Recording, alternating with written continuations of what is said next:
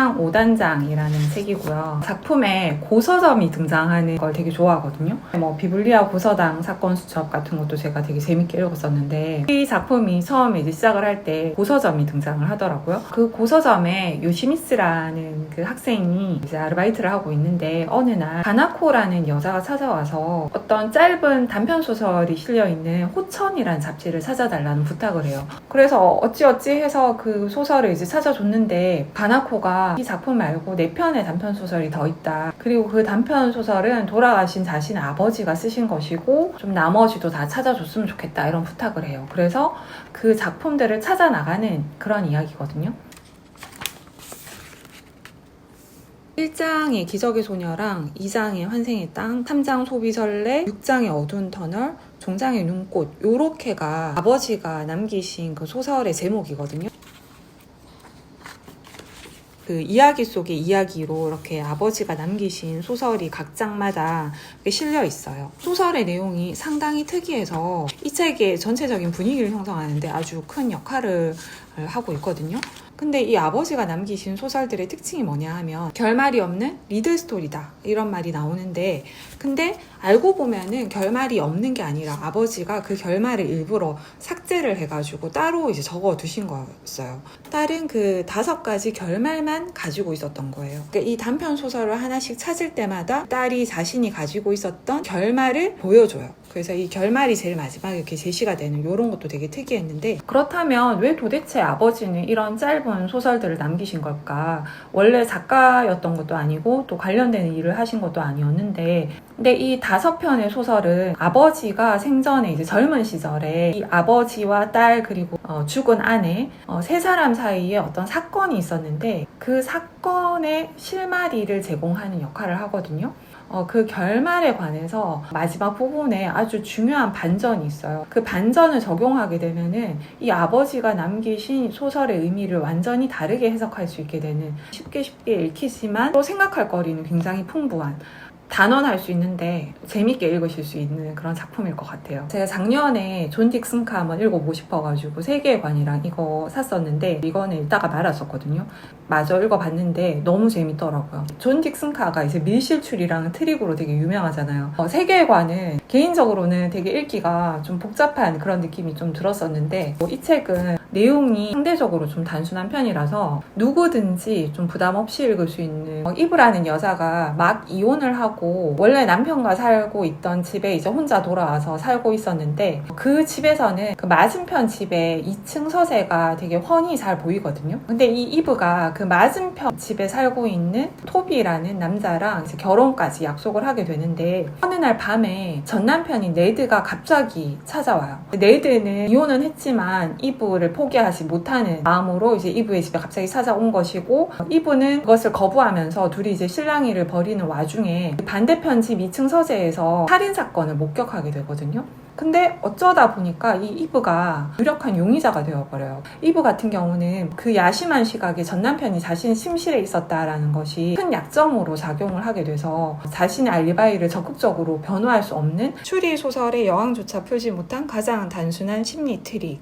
이 심리 트릭이라는 것이 억지스러움이 전혀 없고 좀 감탄을 하게 되는 그림이 하나 있거든요. 다 읽고 나니까 이거 굉장히 이 소설을 잘 집약한 그림이구나. 트릭이라던가 뭐 범인이 누구냐, 뭐 반전이 뭐냐, 그것을 위해서만 달려가는 그런 이야기가 아니라 문학적인 측면에서도 완성도가 높은, 블루홀식스라고 추리 미스터리로 이제 유명한 출판사다 보니까 검색을 제가 좀 하다가 이 책을 알게 됐는데, 꽤 이게 인기가 많은 시리즈더라고요. 여기는 안녕 드빗인데 뭐 이별의 모차르트 이런 식으로 클래식 음악가들 이름이 붙은 시리즈가 엄청 많이 나와 있더라고요. 이 책이 좀 인기가 많은 것 같아가지고 읽어봤거든요. 주인공이 피아니스트를 꿈꾸는 15살의 소녀인데, 하루카라고. 어느 날 하루카가 살고 있는 집 그 별채에서 큰 화재가 나는데, 그 별채에는 하루카의 할아버지랑 하루카 그리고 하루카의 사촌인 루시아 3명이 자고 있었는데 큰 화재 때문에 할아버지랑 루시아는 사망을 하게 되고 하루카만 살아남아요. 근데 전신에 아주 큰 화상을 입어가지고 힘겨운 그런 재활을 시작하게 되거든요. 변호사가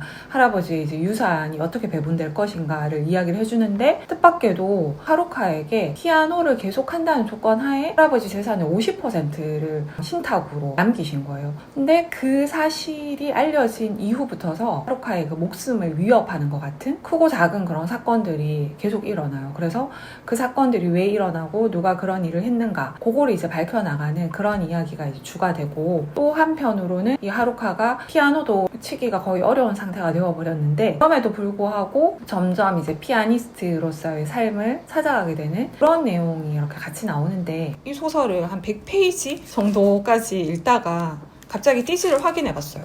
이거 미스터리 맞지? 이러면서 나름 끝부분에 보면은 꽤 큰 반전이 있거든요. 제 개인적으로는 그 반전이 그렇게 인상적이지 않았고, 이 작가님이 말하고자 하는 메시지가 있는데 그 메시지를 계속 여기서 반복을 하거든요. 어떤 고난이 다가오더라도 반드시 헤쳐나가야 한다.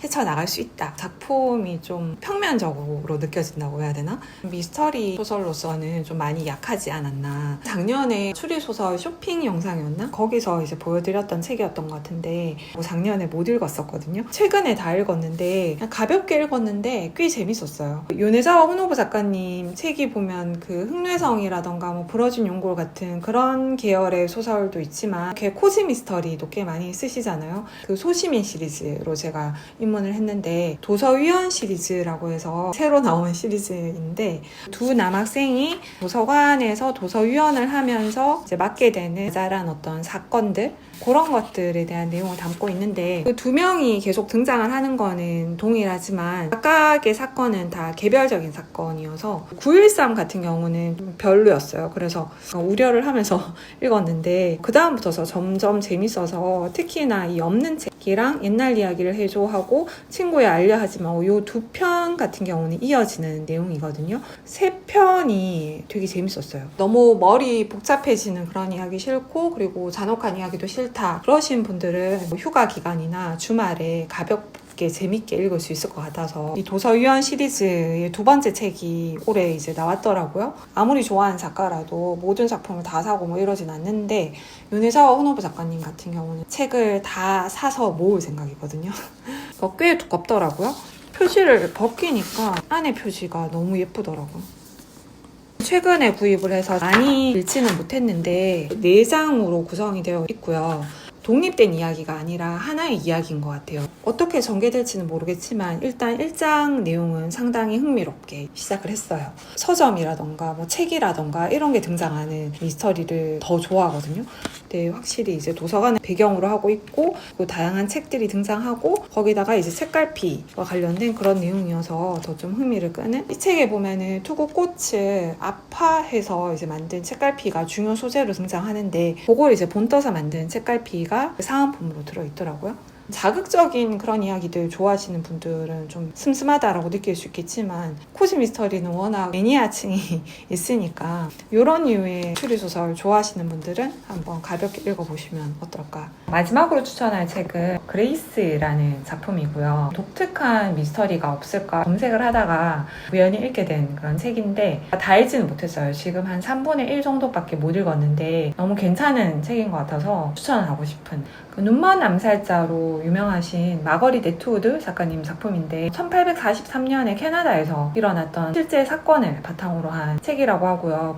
전체적인 줄거리를 요약하자면은 16살의 소녀인 그레이스가 다른 하인과 공모를 해서 자신이 일하고 있던 집의 집주인과 그리고 그의 정부를 살해했다라는 혐의로 종신형을 선고받고 교도소에서 수감 생활을 하게 되는데, 과연 그녀가 진짜로 살인을 저질렀는지 아니면 억울한 누명을 쓰게 된 것인지를 파헤쳐가는 그런 이야기고요. 그레이스가 계속 퀼트를 하는 그런 장면이 나오는데 그녀에 대한 다양한 어떤 진술들, 이런 것들이 퀼트 조각처럼 이렇게 흩어져 있고 그것을 이제 독자가 읽으면서 끼워 맞춰 나가는, 그레이스의 어떤 섬세한 심리를 따라가는 것만으로도 굉장히 매력이 있는, 다른 그런 미스터리 소설들처럼 엄청난 긴장감이나 호기심을 유발하는 그런 책은 아니었지만 처음에 읽자마자 완전 완전히 매료됐어요. 되게 모호한데 신비로운 그런 느낌도 주면서 독특한 분위기를 풍기는 그런 소설이었어요. 정신과 상담을 하기 위해서 찾아온 의사를 보면서 그레이스가 이렇게 생각하는 부분이 나오는데, 그레이스가 그 수감 생활 도중에 진찰을 받는다는 명목으로 의사들에게 성추행을 당한 장면들도 나오거든요. 하층민이면서 여성으로서 그레이스가 남성들로부터 어떤 억압이나 폭력을 당했는가 하는 것도 상세히 이렇게 묘사가 되어 있고, 괴물을 그렇게 원하니 괴물이 되어줘야지, 그 사람들이 그레이스에 대해서 어떤 시선을 가지고 있었는가,